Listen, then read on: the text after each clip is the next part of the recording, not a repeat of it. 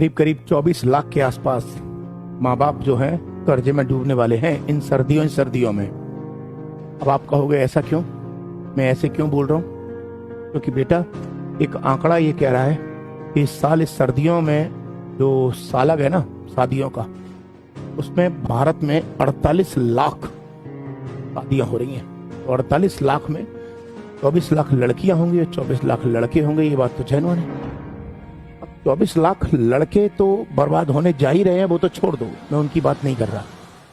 लेकिन आपको पता है जो 24 लाख लड़कियों की शादी हो रही है उनमें बहुत सारे माँ बाप तो करोड़पति होंगे, उनकी भी बात नहीं कर रहा। लेकिन 24 लाख में से करीब करीब 21-22 लाख के आसपास माँ बाप या तो गरीब हैं या मिडिल क्लास फैमिली से हैं। और एक मिडिल क्लास फैमिली का पिता अपनी बेटी की शादी जब करता है तो एक डाटा कहता है, बाप जब अपनी बेटी की शादी करता है तो शादी करने के बाद 3 साल तक कर्जे में रहता है। और 3 साल तक जब बाप कर्जे में रहता है और उसी शादी में जब आम आदमी जाता है तो क्या बोलता है, रोटियां ठंडी पड़ी हैं। क्या बोलता है, मटर पनीर में पनीर नहीं है। क्या बोलता है, रसगुल्ले ठंडे पड़े। क्या बोलता है कि शादी में इंतजाम अच्छा नहीं है। एक बाप अपनी बेटी की शादी करने के लिए अपनी खून पसीने की कमाई 10-10, 15-15 साल जो उसने कमाई है वो लगा देता है। और तुम जब एक वक्त की रोटी खाते हो उसकी दावत में जाकर तो उसमें नुक्स निकालते हो। जब आपके घर में बेटी होगी और तुम मिडिल क्लास फैमिली या किसी गरीब क्लास परिवार से होगे, भगवान न करे हो, तब पता चलेगा ये एक बाप अपनी बेटी की शादी कैसे करता है। ये वादा कर रहा हूं मेरे दोस्तों, कभी भी किसी शादी में जाना तो भले ही किसी शादी में खाने में नमक कम हो, रोटियां ठंडी पड़ी हो, सब्जी कैसी भी हो, एक ही बात बोलना, मजा आ गया खाने में। सच बोल रहा हूं, यही बोलना, मजा आ गया खाने में। क्यों?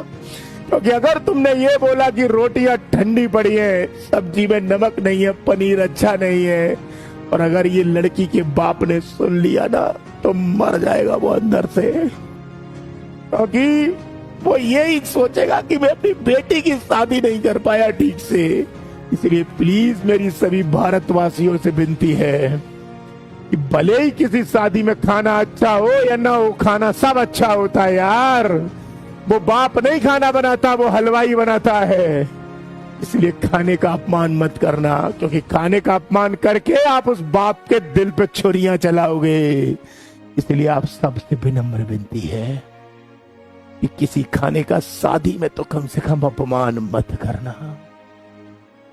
मेरी बात बुरी लगी हो तो माफ कर देना। दिमाग से नहीं बोला, दिल से बोला है। क्यों? क्योंकि मैं रोज आए दिन यही चीजें देखता हूं। जब भी शादियों में जाता हूं तो निश्चित रूप से आज की युवा पीढ़ी या आजकल के लोग कहीं ना कहीं उसमें नुक्स निकालते हैं।